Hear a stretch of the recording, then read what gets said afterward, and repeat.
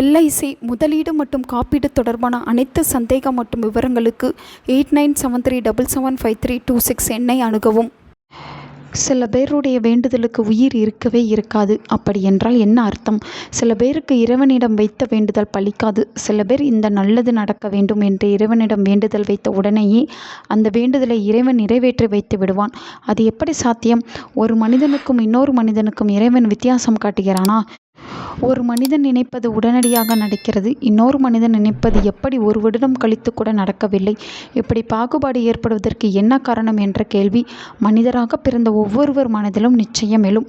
கேட்டவரங்கள் கிடைப்பதற்கும் கேட்டவரங்கள் கிடைக்காமல் போவதற்கும் காரணம் அவர்களுடைய கர்ம வினைதான். ஒருவருடைய தலையெழுத்து என்பது கடவுளால் நிர்ணயிக்கப்பட்டது. அந்த தலையெழுத்தை நிச்சயமாக அந்த கடவுளை நினைத்தாலும் மாற்றி எழுத முடியாது. ஆனால் நம்முடைய தவறை உணர்ந்து இறைவனிடம் மனம் உருகி மன்னிப்பு கேட்கும்போது வரக்கூடிய துன்பத்திலிருந்து நம்மை கை தூக்கிவிட அந்த இறைவன் நிச்சயம் வருவான். இனி கஷ்டப்பட்ட காலமெல்லாம் கடந்து போகட்டும். வரக்கூடிய காலத்திலாவது நல்ல மனிதராக வாழும் வாய்ப்பை அந்த கடவுள் ஏற்படுத்தி தருவான். அதில் எந்த ஒரு சந்தேகமும் தேவையில்லை. என் தலைவிதியை யாராலும் மாற்ற முடியாது என்று எதிர்மறையாக யாரும் நினைக்க வேண்டாம்.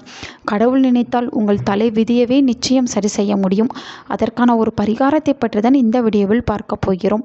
அதற்கு நல்ல நிலையில் இருக்கக்கூடிய கிராம்பு 57 அல்லது 108 என்று உங்களால் எத்தனை முடியுமோ அத்தனை கிராம்புகளை வாங்கி ஒரு கிண்ணத்தில் வைத்துக் கொள்ளுங்கள். பூஜை அறையில் விளக்கு ஏற்றி வைத்துவிட்டு உங்களுடைய வேண்டுதல் எதுவாக இருந்தாலும் அது ஒரு வேண்டுதலாக இருக்கும்.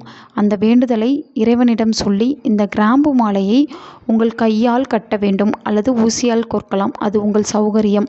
ஆனால் கிராம்புகள் உடையாமல் இருக்க வேண்டும்.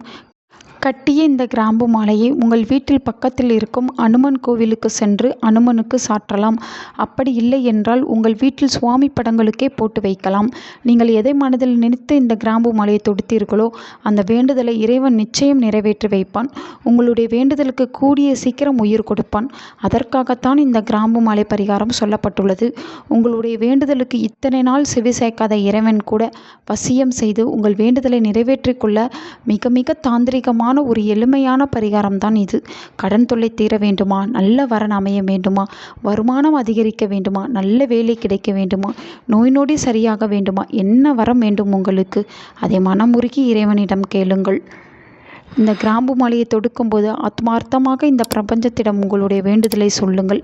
இந்த கிராம்பு உங்களுடைய வேண்டுதலை இந்த பிரபஞ்சத்திடமும் இறைவனிடமும் சீக்கிரம் கொண்டு போய் சேர்த்து அதற்கு உயிர் கொடுக்கும் வேலையை செய்யும். நல்லதே நடக்கும். உங்கள் நண்பர்களுக்கும் உங்கள் உறவினர்களுக்கும் இந்த வீடியோவை ஷேர் பண்ணுங்கள். அவங்களும் இதை பற்றி தெரிஞ்சுக்கிடட்டும்.